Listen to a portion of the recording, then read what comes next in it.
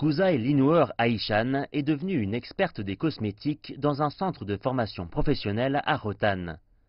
Quand on lui demande ce dont elle est la plus fière, la future maquilleuse répond « Les sourcils, les yeux et ma peau. » Sous l'influence de l'extrémisme, Aishan a été obligée de porter des vêtements conservateurs couvrant tout son corps. Elle dit que si elle ne l'avait pas fait, les gens autour d'elle l'auraient pointé du doigt. Pourquoi ne puis-je pas être une véritable femme? Pourquoi faut-il porter une grande robe noire? En tant que femme, j'ai le droit d'être jolie et de choisir ce que je veux porter. Mécontente de devoir faire face aux jugements et aux intimidations, Aishan a décidé d'aider plus de femmes à lutter contre ces stéréotypes. J'ai aidé d'autres femmes à se faire belles, je les ai aidées à être à la mode.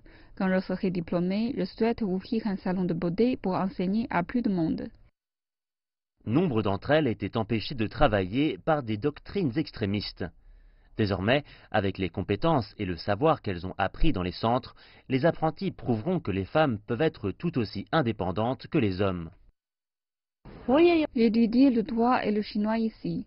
Je trouverai un emploi stable et j'aurai une famille après avoir obtenu mon diplôme. C'est mieux ainsi pour mes enfants. Roumagu Abadou est diplômée d'un centre similaire à Kashgar. Elle travaille actuellement dans une usine locale de vêtements. Avant ça, cette jeune femme de 19 ans s'apprêtait à épouser un homme qu'elle n'avait jamais rencontré.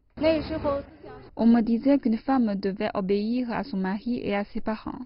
Mais elle a découvert que son futur mari était un extrémiste et Abadou a pris une décision. Nos enfants auraient été infectés par l'idéologie extrémiste. Comment des enfants auraient-ils pu grandir normalement avec des parents extrémistes? Heureusement, la jeune femme a demandé de l'aide à temps. Elle dit que sa vie s'est beaucoup améliorée après son passage au centre.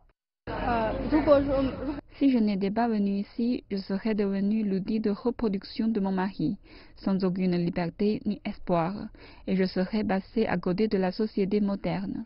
Grâce au renforcement de la confiance et du respect à travers l'enseignement et le travail, les apprentis pourront vivre libérés de tout chauvinisme et de tout extrémisme.